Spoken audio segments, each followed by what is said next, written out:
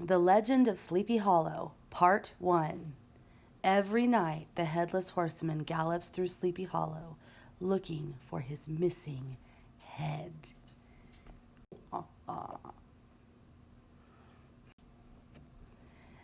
Editor's note.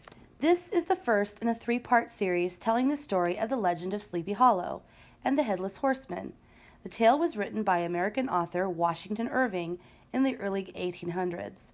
The story of the curious schoolmaster Ichabod Crane takes place in 1790 in the Dutch settlement of Tarrytown, New York, as he settles into his schoolhouse. There is a small town along the Hudson River in New York. It is called Tarrytown. Not far from this village is a little valley among the hills. It is one of the quietest places in the world. A small stream passes through it. Only the sound of birds ever interrupts the calm.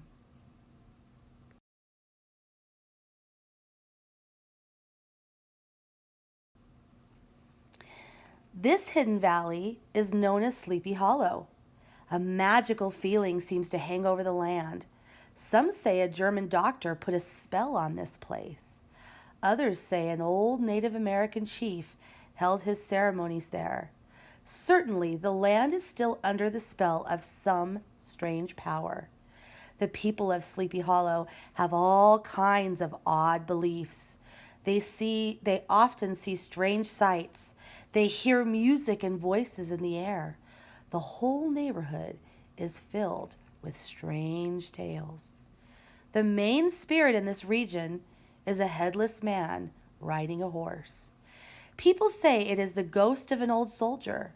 They say his head was knocked off by a cannonball. Ever since he died, his ghost has haunted the valley. The ghost rides around each night. He goes looking for his missing head. This ghost is known as the Headless Horseman.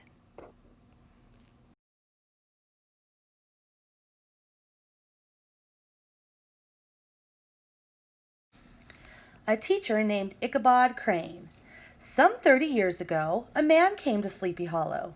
He was a teacher named Ichabod Crane. He was a tall, skinny man with long arms and legs. He had huge ears and a long nose.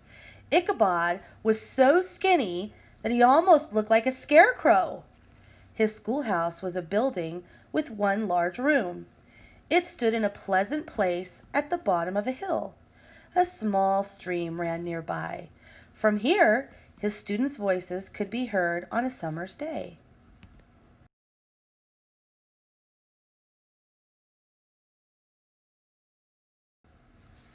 Ichabod Crane was friends with some of his older students. On holiday afternoons, he would walk some of the smaller ones home. It helped him to be friendly with his students. This was because he lived with their families too. It was the custom in Sleepy Hollow for the teacher to stay at his students' houses. Ichabod Crane lived with a different family each week. He slowly made his way around the neighborhood. He kept all his things in a sack. Ichabod Crane did not want to trouble his hosts. He found ways to make himself useful. He helped the farmers make hay and cut wood for the fire. He helped the mothers by looking after their children. In this way, he got along well enough. He seemed to have a wonderfully easy life. No tale was too scary for him to enjoy. The teacher is usually an important man to the women in small towns. They consider him a kind of gentleman. Ichabod Crane was made especially happy by the smiles of all the country damsels. On Sundays, he would gather grapes for them. Sometimes he would take walks with them too. The other men would hang back.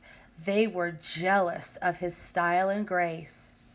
People were always happy to see Ichabod Crane. The women considered him to be a very smart man. He had read several books all the way through.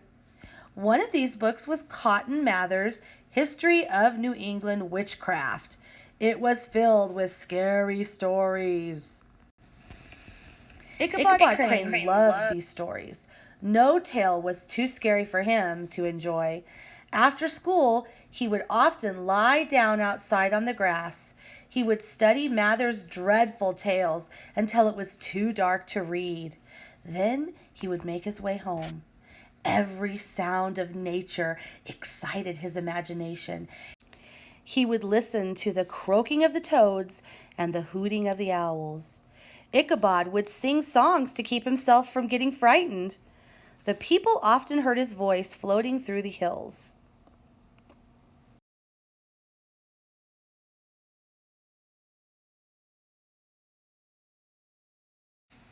He jumped at the sound of his own steps, but he could not help being frightened. What scary shapes and shadows appeared on his path! How often he jumped at the sound of his own steps!